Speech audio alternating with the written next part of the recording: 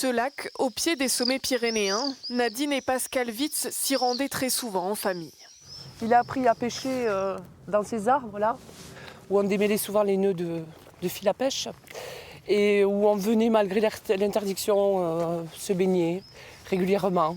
C'est en 2014 que Pierre est confronté aux premiers signes de la maladie. Une tache noire devant l'œil d'abord, puis les malaises s'enchaînent. Une souffrance quasi permanente, mais le corps médical reste sans réponse. Chaque fois, on nous a dit aller voir un psychiatre, c'est psychiatrique. Un jour, on est allé voir un psychiatre qui nous a dit « ce gosse, il n'a rien à faire avec moi, il n'est pas fou, il y a autre chose ». Personne n'a cherché plus, n'a tenu compte de nos tests. Pour en avoir discuté avec d'autres malades, ils arrêtent de se plaindre au bout d'un moment parce qu'on n'arrive plus à les croire, quoi. Parce que c'est permanent, quoi. La seule fois où notre fils nous a dit le matin je ne me lève pas parce que je ne peux pas, c'est le matin où j'ai suicidé, quoi.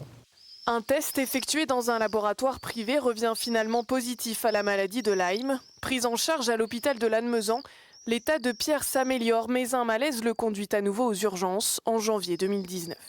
Et lorsque Pierre est revenu à lui, il avait très peur, il arrivait à peine à parler.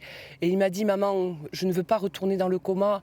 Maman, les laisse pas m'enfermer. Maman, » enfin voilà, c'était vraiment un appel au désespoir. Et il s'est suicidé le lendemain soir.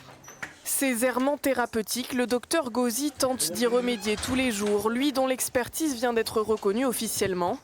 À l'hôpital de Lannemezan, centre de compétences pour la maladie de Lyme, il traite 500 patients chaque année. L'établissement est quand même très impliqué.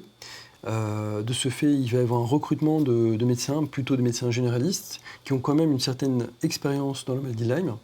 Voilà, mais ça, bon, je ne suis pas sûr que ça suffise, mais ce sera déjà mieux que rien. Nadine et Pascal Witz aussi, de leur côté, tentent de venir en aide aux malades. Leur association organise une marche dimanche autour du lac où ils se sont rendus si souvent en famille.